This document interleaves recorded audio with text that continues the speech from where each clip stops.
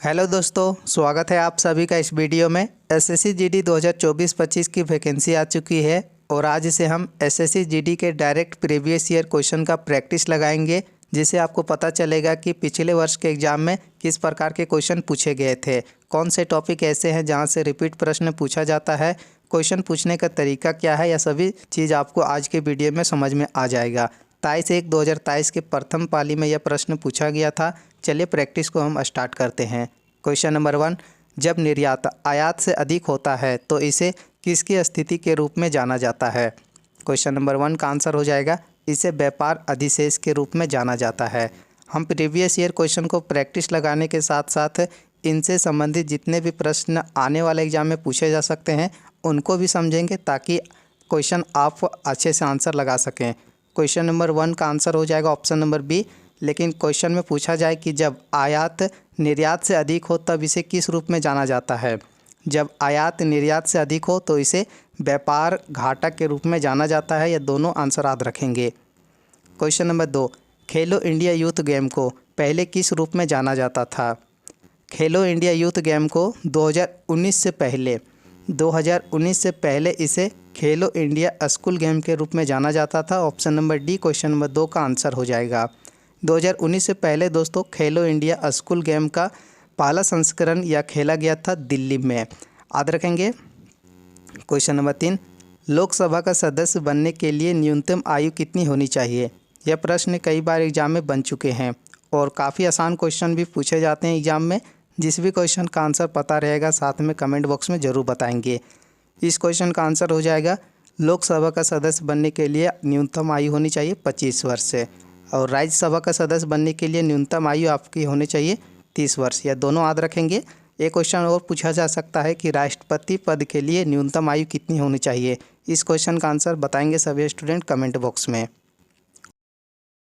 Question number 4, vermi Bharat के किस पड़ोसी देश की राज्य भाषा है।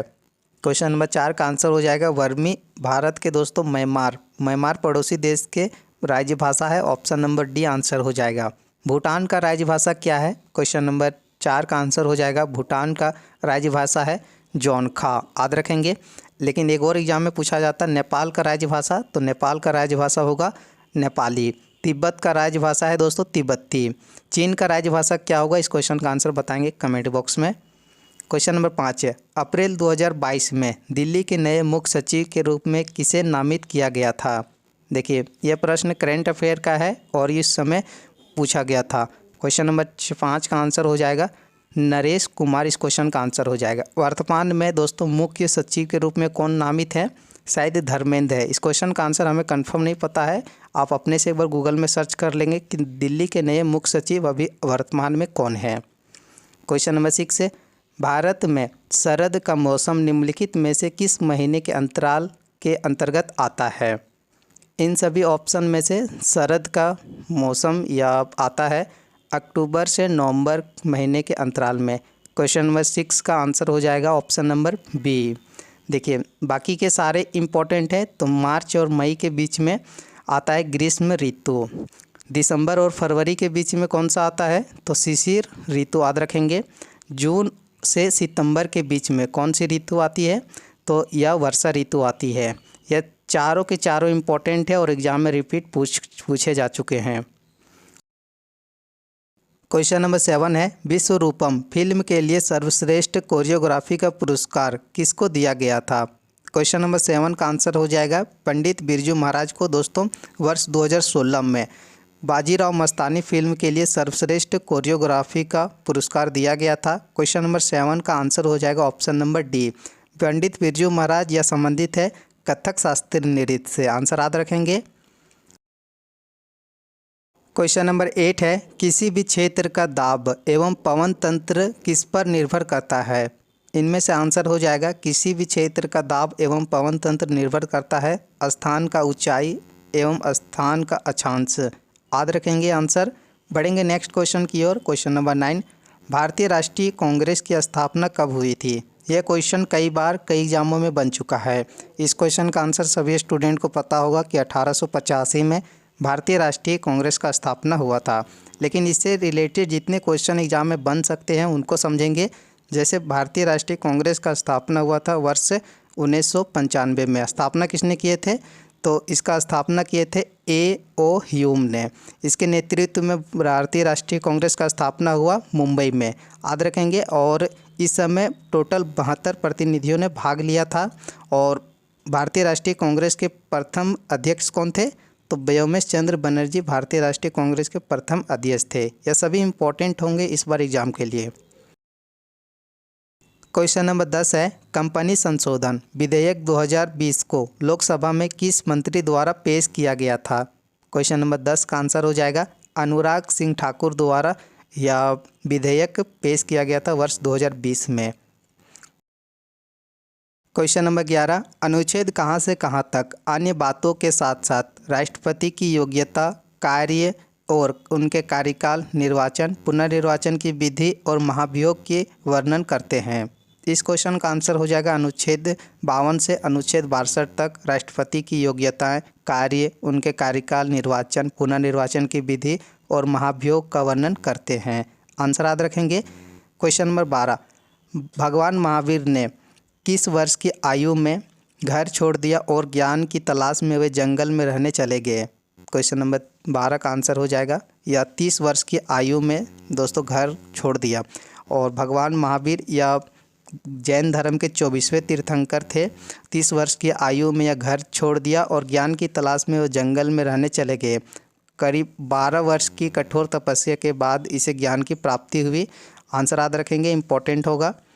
क्वेश्चन नंबर 13, निम्नलिखित में से किस नियम के अनुसार विद्युत धारा द्वारा उत्पन्न ऊष्मा चालक के प्रतिरोध धारा के वर्ग और इसके प्रवाहित होने के समय में समानुपाती होती है? इस क्वेश्चन का आंसर हो जाएगा क्वेश्चन नंबर 13 का क्वेश्चन नंबर 13 का जूल का नियम, ऑप्शन नंबर ए आंसर हो जाएगा। Question number 14, D Arunachal Pradesh का एक कृषि उत्सव है, यह किस महीने में मनाया जाता है? राइट आंसर हो जाएगा यह उत्सव जुलाई महीने में प्रतिवर्ष मनाया जाता है। ऑप्शन नंबर सी आंसर हो जाएगा। क्वेश्चन नंबर 15 है, केंद्रक झिल्ली द्वारा केंद्रक को किससे अलग किया जाता है? केंद्रक झिल्ली द्वारा केंद्रक को या कोशिका द्रव द्वारा अलग किया जा सकता है। जितने भी स्टूडेंट इस वीडियो को देख रहे हैं चैनल को सब्सक्राइब जरूर करें, क्योंकि आने वाला सभी वीडियो आपके एग्ज़ाम के लिए काफ़ी इम्पोर्टेंट होगा। क्वेश्चन नंबर 16, व्यापार का शेष वह होता है जिसमें निर्यात की गई घरेलू वस्तु का मूल्य आयातित विदेशी वस्तुओं के मूल्य से अधिक होता है। इस क्वेश्चन का आंसर हो जाएगा व्यापार का अनुकूल शेष वह होता है जिसमें निर्यात की घरेलू वस्तुओं का मूल्य आयातित विदेशी वस्तुओं के मूल्य से अधिक होता है। ऑप्शन नंबर बी आंसर हो जाएगा। क्वेश्चन नंबर 17, इनमें से किसके दौरान मुख्य फोकस सार्वजनिक क्षेत्र पर था और इस दौरान देश में तेज़ी से औद्योगिकरण लाने की योजना बनाई गई थी? यह पंचवर्षीय योजना से क्वेश्चन है। आंसर हो जाएगा दूसरी पंचवर्षीय योजना के दौरान मुख्य फोकस सार्वजनिक क्षेत्र पर विकास एवं औद्योगिकरण लाने की योजना बनाई गई थी। दूसरी पंचवर्षीय योजना कब से कब रही थी?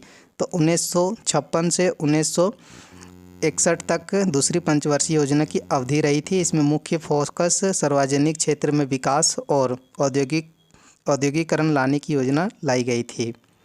क्वेश्चन नंबर आगे बढ़ेंगे। क्वेश्चन नंबर 18, निम्नलिखित में से राजनीतिक नेताओं में से कौन जून 2022 में पंजाब के संगरूर निर्वाचन क्षेत्र के सांसद सदस्य बने?